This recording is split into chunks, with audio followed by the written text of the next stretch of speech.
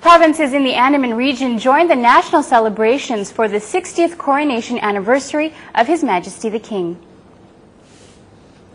On May 5th in the evening, Phuket Governor Wichai Prasagnob led government officials, members of the public and students who wore pink and performed a ceremony in respect and celebration of the 60th coronation anniversary of His Majesty the King.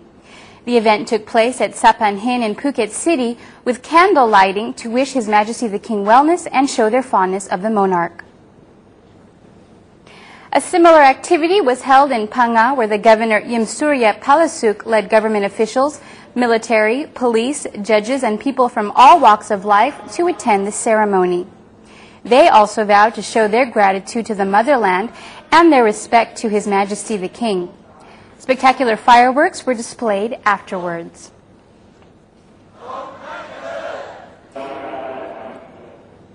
Every year on the 5th of May, Thai people across the nation wholeheartedly celebrate Coronation Day, which is set as a public holiday.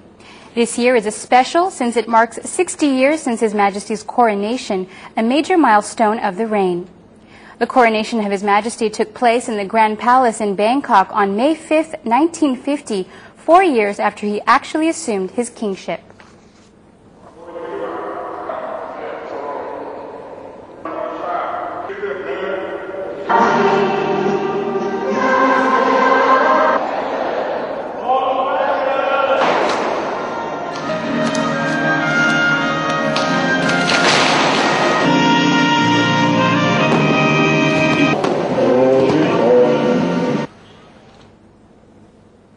And wing shells were released into the sea at Paklok.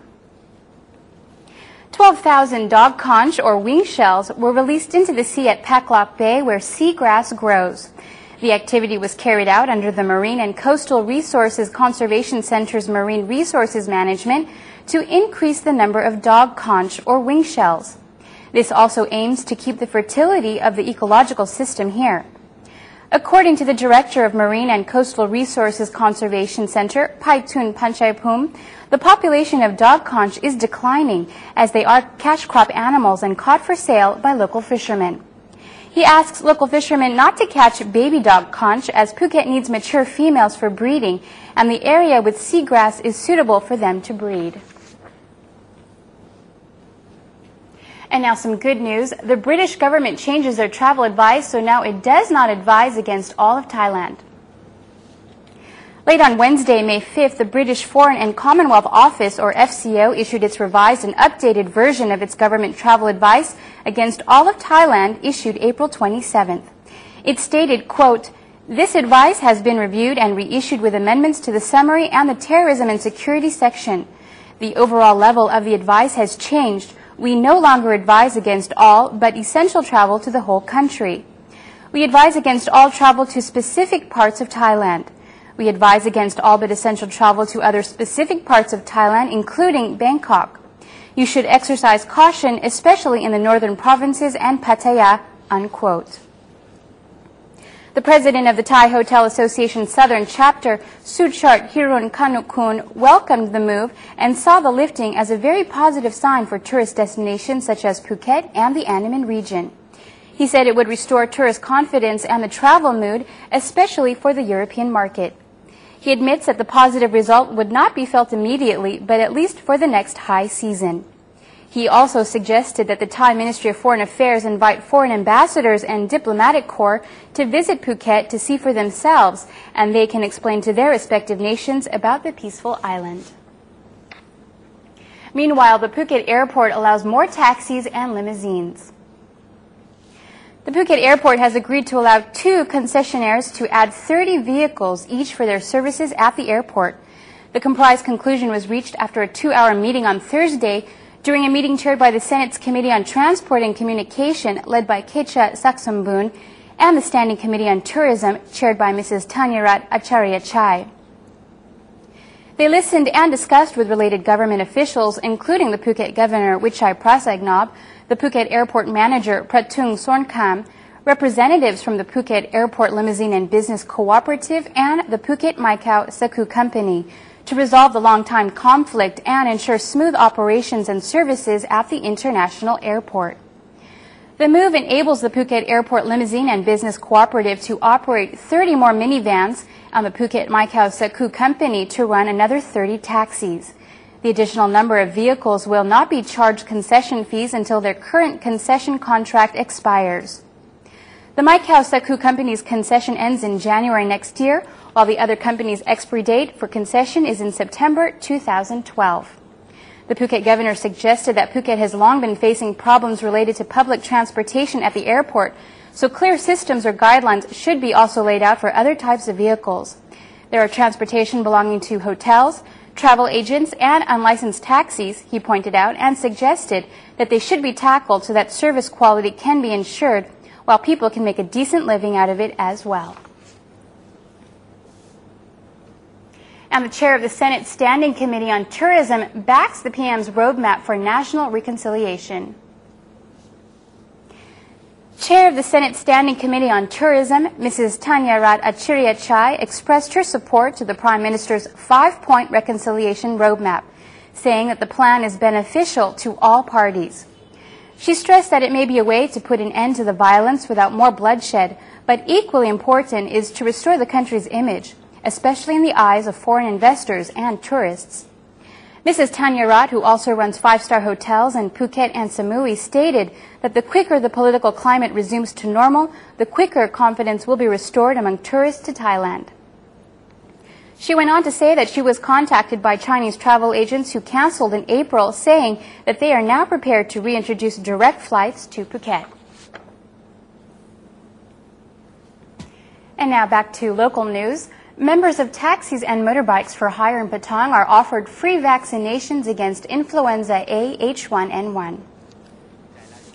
Around 700 people comprising drivers of taxis, tuk-tuks, motorbike taxis, vehicles for hire, and attendants along with their family members were given vaccines against the A H1N1 virus. The free vaccinations were provided by Patong Hospital on Monday. The move was part of the safety measures recognized by the public hospital. It saw that this group of people is in the hospitality and service industry and exposed to clients or passengers who are mostly tourists. Giving them immunity means safety for others. Official figures show that around 6,000 people in Phuket have been vaccinated.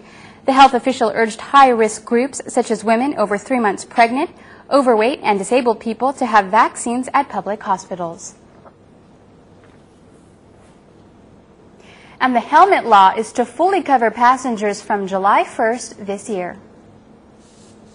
Starting July 1st, passengers on the back of motorbikes are required by law to wear safety helmets. This is in addition to requirement for drivers.